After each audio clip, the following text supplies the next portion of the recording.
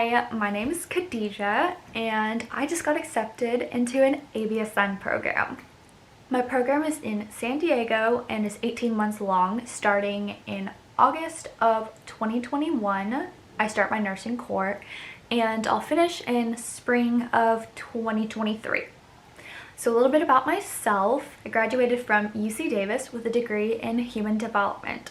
So I will be getting my second bachelor degree. My goal in my career is to work in pediatrics or labor and delivery. Both of those interest me a lot, but I'm open to different things. You know, once I'm going through nursing classes, maybe there's something else that will catch my eye or that will excite me. So yeah. Oh, and I'm also leaning more towards like emergency room would be really fun. I like the fast pace.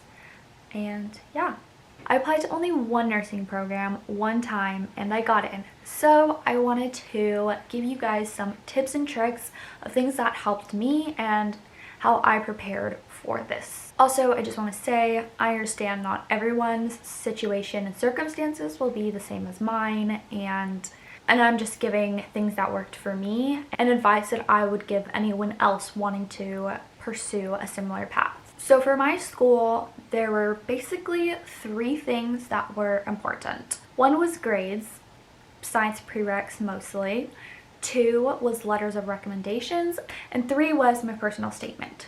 So I'm going to kind of talk about each of those. Grades obviously are important for nursing programs. Nursing programs are competitive, and as best as you can do, especially in your science prerequisites, so anatomy, physio, micro, chem, and bio, those were my 5 science prereqs. Those are really important to do as best as you can, because that's kind of what they look at to see how well will this person do in our program. So I did those 5 classes after I finished at Davis, and I spread them out throughout the year so I could really concentrate in on each class and make sure I'm doing the best that I can. I understand not everyone can do that, but that's what really helped me and what I would advise other people in similar situations.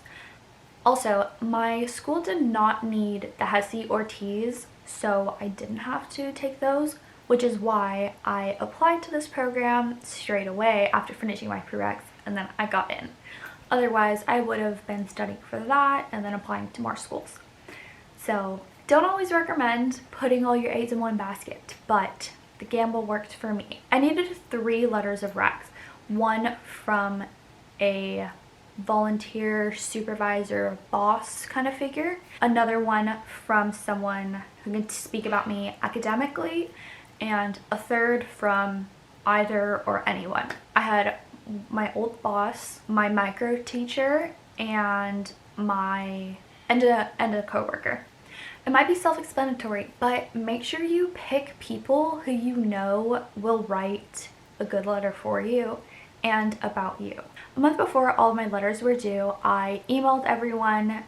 First, I asked them if they were willing to write the letter, not just forcing them to. You know, I wanted to give them the option to say no, and I just feel like that makes them more willing to do it, you know?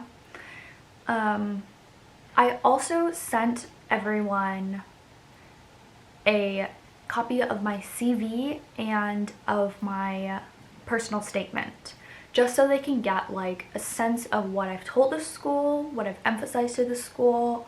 Also, I sent them my CV so they could understand everything that I've done and how dedicated I have been towards like my goal. You don't always have to do those, but I know for me, my recommenders did really appreciate having all that information. Some of them also let me specify what I wanted them to include or what I wanted them to talk about or emphasize. And if your recommenders don't ask you this, I would maybe, when you're sending your CV and copy of your personal statement, I would ask them if they can speak about a certain thing that you didn't get to talk about. Or like for me, I asked my teacher if she could speak about me like academically, if she thought I would be able to handle a rigorous advanced program. So because that was one of the really big things that I wanted to emphasize.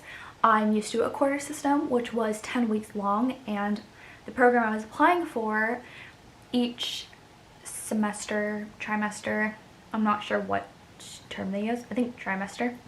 Each trimester is 8 weeks long, which obviously that is very fast, but I was kind of used to that. So kind of use your recommenders to talk about things and fill in things that you didn't get to mention, or that would sound better coming from someone else and not yourself. Also, make sure you just ask in advance. Give them time to say yes, give them time to write the letters, just give them enough time, because you don't want to be rushing at the very last second trying to replace your recommender, or having to bug them with a deadline, or even just put that stress, because they're doing you a favor and you a service. So make it as easy on them as you can.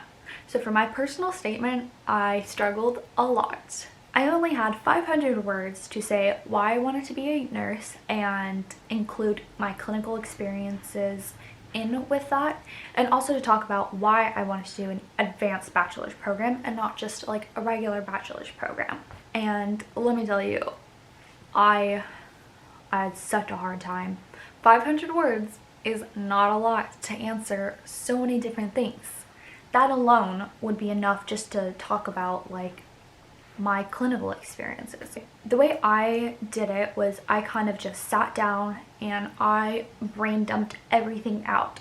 So I didn't give myself structure or anything. I just wanted to get out all my words and be as rambly as I wanted to be, because I knew somewhere in there I would get good phrases, or I would find what I wanted to include or what I didn't, what was important, and what was just a total waste of time.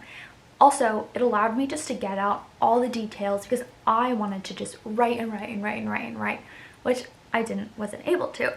So by just brain dumping it all out, it really helped me to later on narrow it down to what was really important. Another thing, make sure you start this in advance.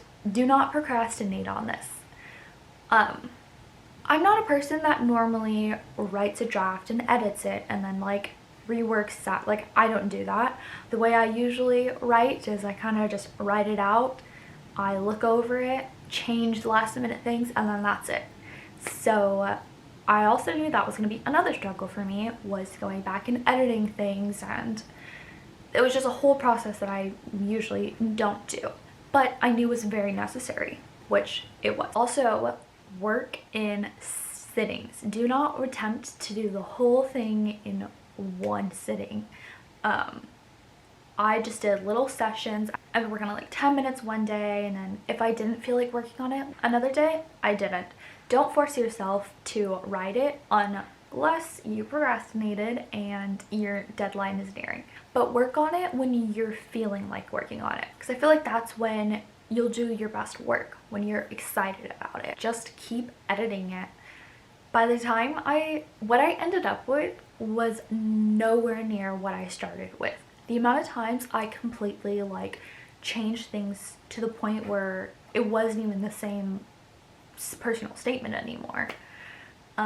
Which there's nothing wrong with that. Don't be scared to just completely scrap whole parts or even the whole thing, because I did that more than once.